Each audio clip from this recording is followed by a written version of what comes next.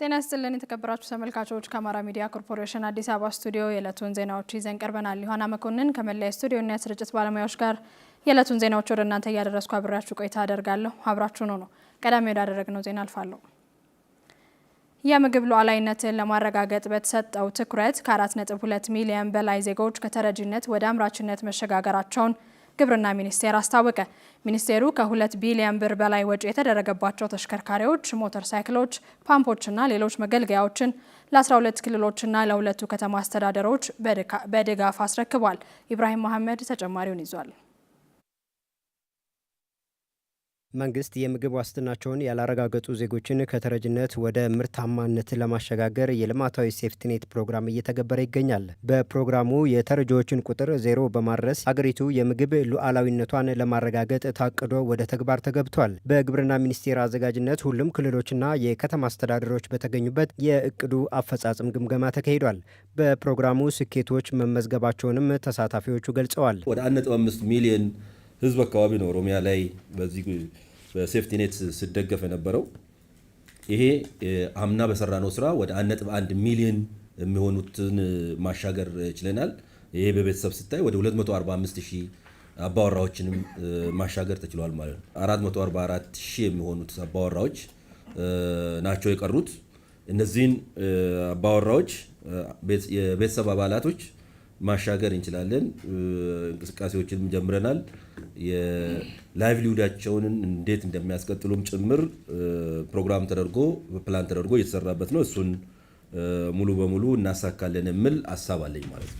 ከሀረሪ ክልልም ተጨባጭ ሁኔታ ጋር ስናይ ብዙ ስራዎችን አቀናጅተንም እየሰራን ነው። ተረጂዎችን በተቀመጠለት አቅጣጫ ወደ ማስመረቅና በተለያዩ ደግሞ የቀሩትን በራስ አቅም እንዴት ነው መርዳት የምንችለው የሚለውን በተቀመጠለት ጊዜ ተረጂነትን ወደ ምርታማነትን ማሻገር እና በራስ አቅም ደግሞ የቀሩትንም ስለዚህ ከብዙ ፐርሰንት በማጥራትም የቀነስናቸው አሉ። በማጥራቱም ስራ ብዙ ስራዎች የሰራንበት ሁኔታ ነው ያለው። አጠቃላይ እንደ ክልላችን ወደ 598,000 ገደማ ተጠቃሚ ያለ፣ ከዚህ ውስጥ ወደ 76,000 የሚሆነውን እናስመርቃለን ብለን እየሰራን ያለ ነው።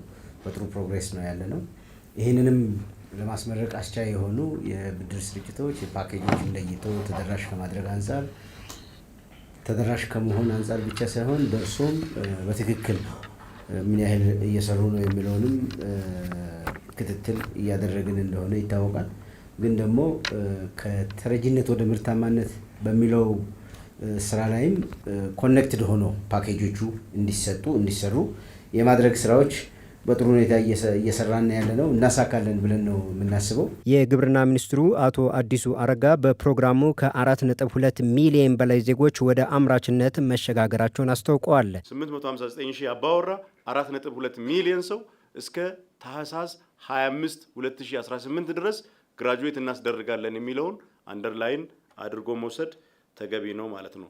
ከዚህ ጋር ተያይዞ የሚሻገሩ ሰዎች ደግሞ ከተሻገሩ በኋላ ተመልሶ ተረጂነት ውስጥ እንዳይገቡ በመሰረታዊነት የፖለቲካ አመራሩን ትኩረት ይፈልጋል፣ አጽንኦት ይፈልጋል ነው የጉዳይ። ስለዚህ ቅድሚያ አድርገን በዚህ ዙሪያ ከተረጂነት ወደ ምርታማነት የምናደርገውን ንቅናቄ ከዚህ አንጻር መምራት ያስፈልጋል። ፕሮግራሙ ሀገሪቱ በምግብ ሉዓላዊነቷን ለመቻል የያዘችውን እቅድ ስኬታማነት ያሳያል ሲሉ ሚኒስትሩ ተናግረዋል። በዕለቱ በግብርና ሚኒስቴር ከ2 ቢሊዮን ብር በላይ ወጪ የተደረገባቸው 267 የመስክ ተሽከርካሪዎች፣ 1854 ሞተር ሳይክሎች፣ 2289 ፓምፖችና ሌሎች መገልገያዎች ለ12 ክልሎችና ለሁለቱ ከተማ አስተዳደሮች በድጋፍ ተበርክተዋል። በደብረ ብርሃን ከተማ አስተዳደር በማህበረሰብ አቀፍ ጤና መድህን 142,000 ነዋሪዎች የሕክምና አገልግሎት ማግኘታቸው ተገለጸ። የመድኃኒት አቅርቦትና የጤና አገልግሎት አሰጣጥ እርካታን ለማሳደግ በቀጣይ ትኩረት ተደርጎ ይሰራልም ተብሏል። ስነ ጊዮርጊስ ከበደ ተጨማሪ አለው። የደብረ ብርሃን ከተማ አስተዳደር ጤና መምሪያ የማህበረሰብ አቀፍ ጤና መድህን የ2017 የአፈጻጸም ግምገማና እውቅና እንዲሁም የ2018 እቅድ ኦሪየንቴሽን የንቅናቄ መድረክ የክልልና የዞን አመራሮችና የማህበረሰብ ተወካዮች በተገኙበት ተከናውኗል። የከተማ አስተዳደሩ ተቀዳሚ ምክትል ከንቲባ በድሉ ብሸት በ2017 የከተማ አስተዳደሩ የጤና መድህን የአባላት እቅድ አፈጻጸም 92 በመቶ እንደነበረ ገልጸው በ2018 የተሻለ አፈጻጸም ለማስመዝገብ በቅንጅትና በትኩረት ይሰራልም ብለዋል። የማህበረሰብ የጤና መድህን ውጤታማ እንዲሆን ከሚያደርጉት አንዱ የምንሰጣቸው የአገልግሎት አሰጣጡ ነው። ስለዚህ አገልግሎት ላይ ያለውን በደንብ ማሻሻል፣ በተለይ በመድኃኒት አቅርቦት የሚስተዋለውን ችግር በዛ ዓመት አንዱ የምንማነቆ መፍታት ያለብን ስለሆነ እዚህ ላይ የበለጠ ትኩረት እንድናደርግ ነው። በአማራ ክልል በምክትል ርዕሰ መስተዳድር ማዕረግ የማህበራዊ ክላስተር አስተባባሪና የማህበረሰብ አቀፍ ጤና መድህን የቦርድ ሰብሳቢ ዶክተር ሙሉነሽ ደሴ በክልሉ ዝቅተኛ ገቢ ያላቸው 32 በመቶ የህብረተሰብ ክፍሎች በጤና መድህን ነጻ የሕክምና አገልግሎት ተጠቃሚ እንዲሆኑ ማድረግ እንደተቻለ ገልጸው ተግባሩ የኢትዮጵያዊነት እሴታችን የሚገለጥበት ስለመሆኑም ተናግረዋል። በመተሳሰብና በመተባበር መካከል ላይ የምንፈጥረው አንድነትና ትብብር በእርስ እርሳችን ላይ ያለው ትስስር ለሌላውም ተግባራት ለሰላማችን እንዲሁም ለአብሮነታችን ለክብረ ብሔራዊነታችን ለኢትዮጵያዊነታችን ትልቅ ዋጋ ያለው ስለሆነ ይሄ የጤና መድህን ከምናስበውና ከሕክምና በላይ ዓላማና ግብ ያለው መሆኑን መረዳት ያስፈልጋል።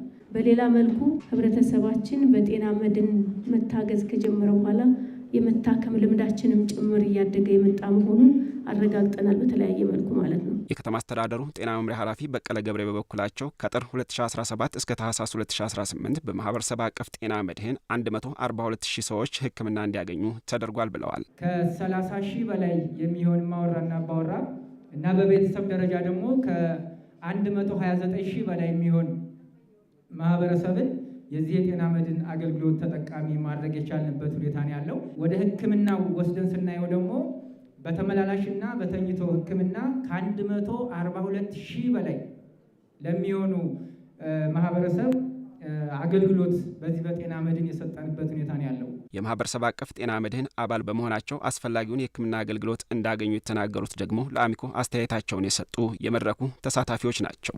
ያው ለቤተሰቦች ዋስትና እንደሆነ ነውና ልጆችን በሚታመሙ ሰዓት ራሴም እንደዚህ በምንታመምበት ሰዓት ሄደን ያለምንም ችግር ሄደን እንታከማለን ማለት ነው። 1300 ከፍዬ እኔ የወሰድኩ ኪኒን ከዛ በላይ በጣም ተጠቅሜበት ታከሜበት በጣም ረድቶኛል። በመድረኩ የላቀ አፈጻጸም ላስመዘገቡ ቀበሌዎችና ክፍለ ከተማዎች እውቅናና ሽልማት የተሰጠ ሲሆን የ2018 የጤና መድህን እድሳትና ምዝገባ እስከ ታህሳስ 30 እንደሚከናወንም ተመላክቷል።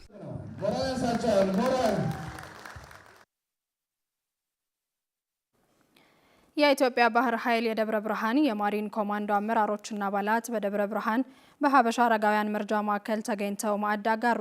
የሀገር መከላከያ ሰራዊት የሕዝቡን ሰላምና ደህንነት ከመጠበቅ ባለፈ ማህበራዊ ኃላፊነቱን የሚወጣ ተቋም መሆኑም ተጠቁሟል። ወንዲፍራ ዘውዴ በኢትዮጵያ ባህር ኃይል የደብረ ብርሃን የማሪን ኮማንዶ አመራሮችና አባላት በደብረ ብርሃን ሀበሻ አረጋውያንና ምስኪኖች መርጃ ልማት ድርጅት በመገኘት ማዕድ አጋሩ። የማሪን ኮማንዶ አመራር የሆኑት ኮማንደር ብርሃኑ መኮንን ሰራዊቱ በተሰማራበት በደብረ ብርሃን ቀጠና በልማት ድርጅቱ ተገኝቶ ማህበራዊ ኃላፊነቱን በመወጣቱ ደስታ ተሰምቶናልም ብለዋል። መተን በመርዳታችን በማገዛችን ደግሞ ትልቅ ደስታ ተሰምቶናል። ምክንያቱም ሰራዊት አንዱ እሴቱ ከራስ በፊት ለህዝብና ለሀገር ነው። በዚህም ይሄ ከህዝብ የወጣ ሰራዊት የህዝብ አገልጋይ መሆኑንና ማህበራዊ ኃላፊነቱን ለመወጣት ደግሞ አሁን መተን በሀበሻ የበጎ አድራጎት ተግባር ተገኝተን የተለያዩ ድጋፎችንና የማዕድ ማጋራት ተግባር ነው ዛሬ የፈጸምነው። ከዚህ በፊት ለሀገራቸው ብዙ ያገለገሉ እየደከሙ ዛሬ ደግሞ በሚጦርበት ሰዓት በሚያርፉበት ሰዓት እንደዚህ አይነት ቦታ ተቋቁሞ እንደዚህ አይነት ቦታ በመገኘቱና በባህር ኃይሉ የማሪን ኮማንዶ ሚዲያ ክፍል ኃላፊ የሆኑት ኮማንደር ካሳውን ኪዳኔ አረጋውያንን መጥተን ከተመለከትን በኋላ ከጠበቅነው በላይ ሆኖ ስሜቱን አግኝተነዋልም ነው ያሉት። ቀጣይ የሚጠበቅብንን ባለን አቅም ድጋፍ እናደርጋለን ብለዋል። አረጋውያንን እንያቸው ብለን የመጣ ነው ብለን ስንመጣ ግን እውነት ከዚህ በላይ ካደረግነው በላይ ማድረግ እንዳለብን የሚያሳየን ነገር አለ። በጣም ትልቅ ነገር ነው እየሰራችሁ ያላችሁት። በርቱልኝ። እኛም ከጎናችሁ አለን። ምን ጊዜም እኛም ከጎናችሁ አለን። የደብረ ብርሃን አበሻ አረጋውያንና ምስኪኖች መርጃ የልማት ድርጅት የቦርድ ሰብሳቢ የሆኑት አቶ ታገል አምሳሉ የባህር ኃይል ማሪን ኮማንዶ አመራሮችና አባላት ድርጅቱን በዚህ ልክ ጎብኝተው ማዕድ በማጋራታቸው ልባዊ ምስጋናቸውንም ሰጥተዋል። አይዞባይ የሌላቸውን ወገኖች ሲንከባከቡ አይዞዋችሁ ሲሉ ሲዳስሷቸው ስንመለከት በእኛ ውስጥ የተፈጠረው መነሳሳት በእኛ ውስጥ የተፈጠረው ሰብአዊነት አገልግሎት መስጠት ወደ ህብረተሰቡና ወደ አመራሩ እንዲሁ ደግሞ ወደ ማህበረሰቡ የማደግን እሴት እያሰፋንና እያሳደገልን መሆኑን ስንገነዘብ በጣም ነው ደስታ የተሰማን። በዚህ አጋጣሚ በአጠቃላይ ለባህር ኃይል ለኢትዮጵያ ባህር ኃይል ኮማንዶ ሻለቃ በሙሉ ልባዊ ምስጋናችንን በአበሻ አረጋውያንና የምስኪኖች መርጃ የልማት ድርጅት ስም ከልብ ነው የምናመሰግነው። ድጋፍ የተደረገላቸው አረጋውያንም ከጎናችን የሆኑትን ሁሉ እናመሰግናለን፣ እናከብራቸዋለንም ብለዋል። እኔም በውትድርና ዓለም ያለፍኩት ቀደም ሲል በነበረው መንግስት ማለት ነው። ትናንት ያለፍክበት ህይወት መልሶ አብሮ መጥቶ ሲደግፍህና ሲረዳ አይዞ ሲልህ እጅግ በጣም ስሜቱ ይነካል። ምክንያቱም ትናንትና እኔም የነበርኩት ህይወት በዚህ አይነት መልኩ ስለነበረ ማለት ነው። ለካ እንደዚህ በጣም በቃ እንደነበርኩት ነው የቆጠርኩት። አሁን እንደዚህ እንደመታመሜ እንደመውደቂ ሳይሆን አለሁ ለካ እኛን የሚፈልገን ሰው አለ ለካ በጣም ደስታው ተሰምቶኛል። የልማት ድርጅቱ ከተመሰረተ ጀምሮ ከ3650 በላይ አረጋውያንን እያገዘ ቆይቷል። አሁን ላይ በተመላላሽና በቤት ለቤት 1950 ምስኪኖችንና አረጋውያንንም እየረዳ ይገኛል። ባጋጠመው የጸጥታ ችግር በሰሜን ሸዋ ዞን በሁሉም የትምህርት ደረጃ ከ225,000 በላይ ተማሪዎች ከትምህርት ገበታቸው ውጪ መሆናቸውን የዞኑ ትምህርት መምሪያ አስታወቀ። የማጠናከሪያ ትምህርት በመስጠትና የትምህርት ስራን በእቅድ በመምራት ተማሪዎችን ወደ ትምህርት ገበታቸው የመመለስ ተግባር ይከናወናል ተብሏል። ደጀኔ በቀለ ዝርዝሩን ይዟል። በአማራ ክልል ያጋጠመው የሰላም እጦት ዘንድሮም በትምህርት ዘርፉ ላይ ከፍተኛ ጫና እያሳደረ ነው። ለአብነት ያህል በግሾ ወረዳ በሁሉም የትምህርት ደረጃዎች 20873 ተማሪዎች መመዝገብ እያለባቸው 11892 ተማሪዎች ብቻ መመዝገባቸውን የወረዳው ትምህርት ጽሕፈት ቤት ኃላፊ አለምነሽ ኃይሉ ገልጸዋል። አንደኛ ደረጃ ላይ ከግማሽ ፐርሰንት በላይ ነን፣ ግን በቂ አይደለም ከእቅዳችን አኳያ። ሁለተኛ ደረጃ ላይ ደግሞ የእቅዳችንን 29% ነው የመዘገብነው። ይሄ ከዞን አፈጻጸም በታች ነው ሲታይ። ለዚህ ብዙ ምክንያቶች አሉት። ወቅታዊ ሁኔታውን ማየት ይቻላል። በተመሳሳይ በአሳግርት ወረዳ ተማሪዎችን ወደ ትምህርት ቤት የመመለሱ ተግባር ፈታኝ እንደነበር የወረዳው ትምህርት ጽሕፈት ቤት ምክትል ኃላፊ በላይሁን አበበ ገልጸዋል። ተማሪዎችን የምዝገባ ፎርማቶችና መረጃዎች የማደራጀት ስራ ሰርተናል ማለት ነው። ያም ሆኖ በሚፈለገው ልክ አልሆነልንም። ለምን የተበታተኑ የተዘረፉ የተጎዱ ተቋማቶችም ስለነበሩን የመረጃ ችግርም ጭምር ያጋጠመበት ችግር አለ ማለት ነው።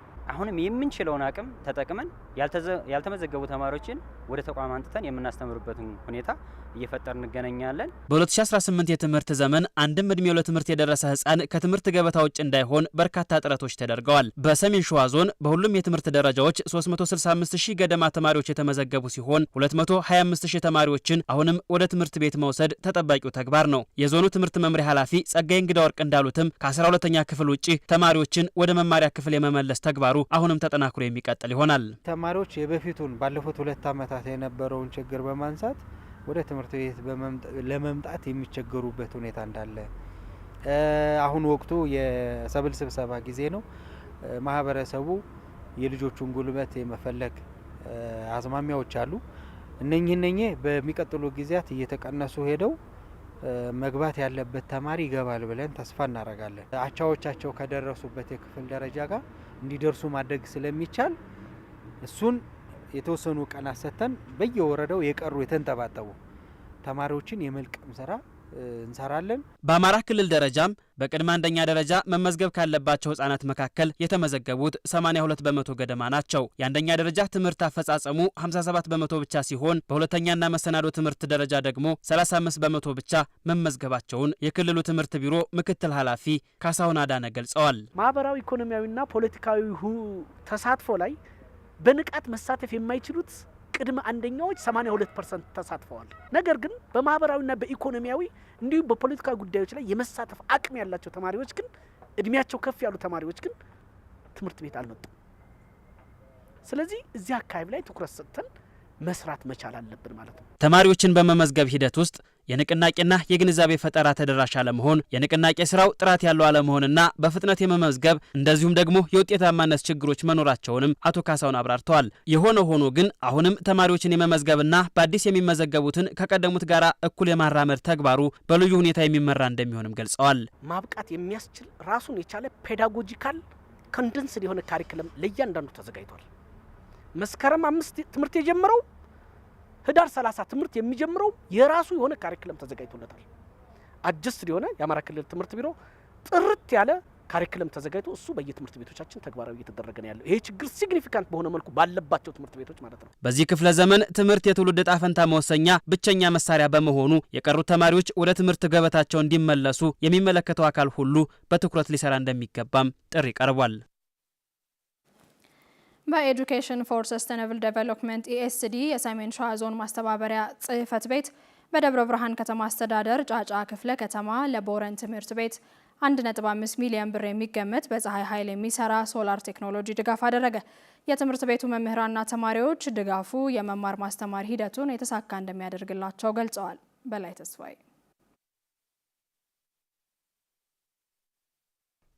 ከዋና የኤሌክትሪክ መስመር ዝርጋታ ወጣ ባሉ አካባቢዎች የሚገኙ ትምህርት ቤቶች የመብራት አገልግሎት ባለማግኘታቸው በትምህርት አሰጣጥ ላይ ውስንነቱ የጎላ ነው።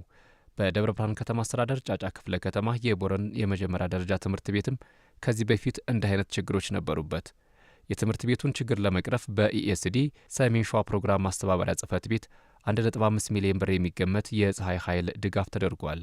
የጽሕፈት ቤቱ የወጣቶች ስራ ዕድል ፈጠራ ፕሮግራም ኦፊሰር ተክሉ ጌታቸው ድጋፉ ለመብራት አገልግሎትና ለመማር ማስተማር ሂደት አቅም ያለው እንደሆነ ገልጸዋል። በካሪክለሙ 7ና 8 የኮምፒውተር ትምህርት መኖሩን እናውቃለን። የሬዲዮ ፕሮግራሞች ያስፈልጉታል።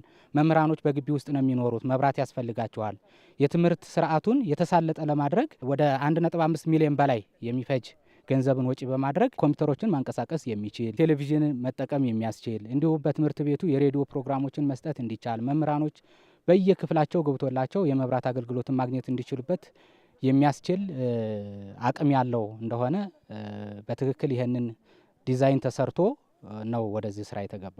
በዚህ ትምህርት ቤት አግኝተን ያነጋገርናቸው ተማሪዎችና መምህራንም እንዳሉን ለመማር ማስተማሩ ጉድለት እንደ አንድ ማሳያ ተደርጎ እንደሚወሰድ ነው የነገሩን። ላብራቶሪ ገብተን የምንፈልገውን ነገር መከታተል አልቻልንም ነበር፣ ግን አሁን ማብራት ስለተዘረጋልን የምንፈልገውን ነገር እየተማርን ያለፍነውንም ነገር እየተማርን ስለምንሄድ በጣም ደስ ብሎኛል። እናመሰግናለን። ማይክሮስኮፕ ላይ ስላይዶቹ አሉ። እነዚህን ማይክሮ ኦርጋኒዝምስ ተማሪዎች እየተመለከቱ መማር ሲችሉ ነገር ግን ሳናሳያቸው ነው የምናልፈውና ምክንያቱ ደግሞ ምንድነው? እሱ ለምሳሌ ይሄ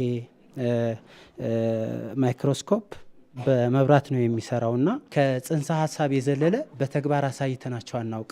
ምናልባት ከዚህ በኋላ ግን ይሄ ሶላር በመምጣቱ ይህን ችግር ስለሚፈታልን በተግባር የምንረዳቸው ስለሚሆን በጣም ነው ደስ ያለኝ እኔ በራስ። ይህ የሶላር ድጋፍ ከተደረገ በኋላ ለመማር ማስተማሩ ሂደት ምን ያክል አጋዥ ይሆናል ስንል የትምህርት ቤቱን ርዕሰ መምህር መስፍን ወልደ ዮሐንስን ጠይቀናል። መብራት ምንም ነገር ስለሌለ ትምህርቱን የምንሰጠው በቲዮሪ ነው።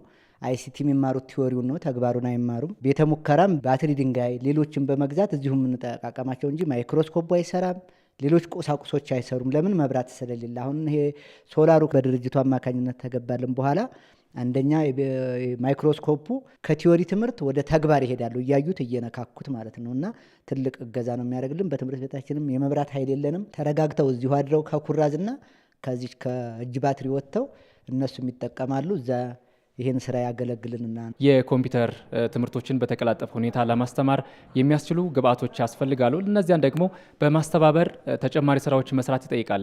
የጫጫ ክፍለ ከተማ ዋና ስራ አስፈጻሚ አይደፈር የሽጥላ በቀጣይ የሚሰሩ ስራዎች ምን ይኖራሉ የሚል ሀሳብ አቅርበንላቸዋል። ሌሎች የሚያስፈልጉ በተለይም ከኮምፒውተር እና መሰል ድጋፎችን በተመለከተ እንደ ክፍለ ከተማው የሚችለውን ያክል አለፍ ሲል እንደ ከተማ አስተዳደር ጥያቄውን በተገቢው የማቅረብና የማስረዳት ስራዎችን እንሰራለን።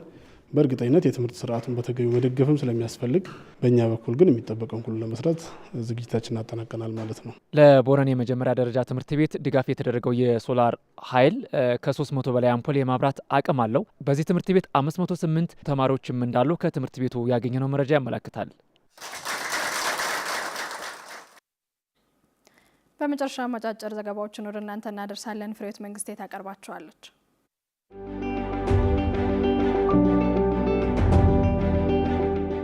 የኢፌዴሪ የሕዝብ ተወካዮች ምክር ቤት የከተማ መሰረተ ልማትና ትራንስፖርት ጉዳዮች ቋሚ ኮሚቴ በፐብሊክ ትራንስፖርት አገልግሎት ተቋም ላይ የመስክ ምልከታ እያደረገ ይገኛል። የመስክ ምልከታው ዓላማ በአገልግሎት አሰጣጥ ዙሪያ ምቹ የስራ አካባቢ ከመፍጠርና ተገልጋዮችን ከማስተናገድ አንጻር ያሉ ለውጦችና ተግዳሮቶችን በመለየት መልካም አስተዳደር እንዲሰፍን እንዲሁም ዜጎች ፍትሐዊ አገልግሎት እንዲያገኙ ማድረግ መሆኑን የቋሚ ኮሚቴው ሰብሳቢ የተከበሩ ፕሮፌሰር መሐመድ አብዶ ገልጸዋል። የፐብሊክ ሰርቪስ ትራንስፖርት አገልግሎት ዋና ዳይሬክተር አቶ ታዲዮስ ሌራ የ5 ወር እቅድ አፈጻጸም እያቀረቡ ሲሆን ለተገልጋዮች ቀልጣፋ፣ ተደራሽ፣ ደህንነቱ የተጠበቀና አስተማማኝ አገልግሎት ለመስጠት እየተሰራ መሆኑን ገልጸዋል። በዘመናዊ ቴክኖሎጂ በመታገዝ የሀገር አቋራጭና የከተማ ተሽከርካሪዎች የጉዞ ክትትል መደረጉንም ገልጸዋል። ዘገባው የሕዝብ ተወካዮች ምክር ቤት ነው።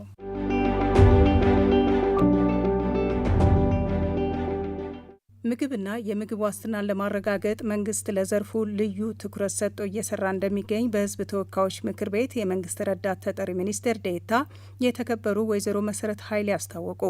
ሚኒስትር ዴኤታዋ ይህንን ያስታወቁት 7ኛው የምስራቅ አፍሪካ ሀገራት ፓርላማ ህብረት በአፍሪካ የስነ ምግብና የምግብ ዋስትናን ለማረጋገጥ ያለመ ውይይት በአዲስ አበባ ከተማ እየተካሄደ ባለበት ወቅት ነው። መንግስት የምግብ ዋስትናንና ስነ ምግብን ለማረጋገጥ ለግብርና መሳሪያዎችና ሜካናይዜሽን ልዩ ትኩረት በመስጠት ዘርፈ ብዙ የልማት ትሩፋት ስራዎች እያከናወነ እንደሚገኝ ነው የተከበሩ ወይዘሮ መብራት ያብራሩት። መረጃው የሕዝብ ተወካዮች ምክር ቤት ነው።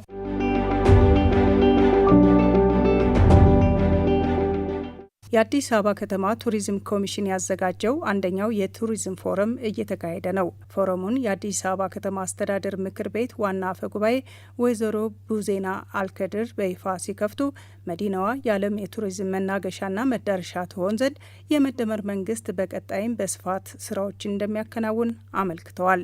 የአዲስ አበባ ቱሪዝም ኮሚሽን ኮሚሽነር አቶ ሁንዴ ከበደ ኮሚሽኑ ከተቋቋመ ጥቂት ጊዜ ቢሆነውም ስብሰባዎችንና ኮንፈረንሶችን መሰረት ካደረገው የማይስ ቱሪዝም በተጨማሪ የ10 ዓመት ፍኖተ ካርታ ቀርጾ እየሰራ ይገኛል ብለዋል። ኮሚሽኑ የቱሪዝም ዘርፉን ከፍ ወዳለ ደረጃ ለማድረስ የሚያስችሉ የተለያዩ ዲጂታል ፕላትፎርሞችን ስራ ማስጀመሩን ገልጸዋል።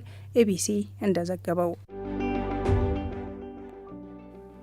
የተከበራችሁ ተመልካቾቻችን ከአማራ ሚዲያ ኮርፖሬሽን አዲስ አበባ ስቱዲዮ ለሰዓቱ ያዝናቸው ዜናዎች በዚሁ ተጠናቀዋል። አብራችሁን ስለነበራችሁ ከልብ እናመሰግናለን።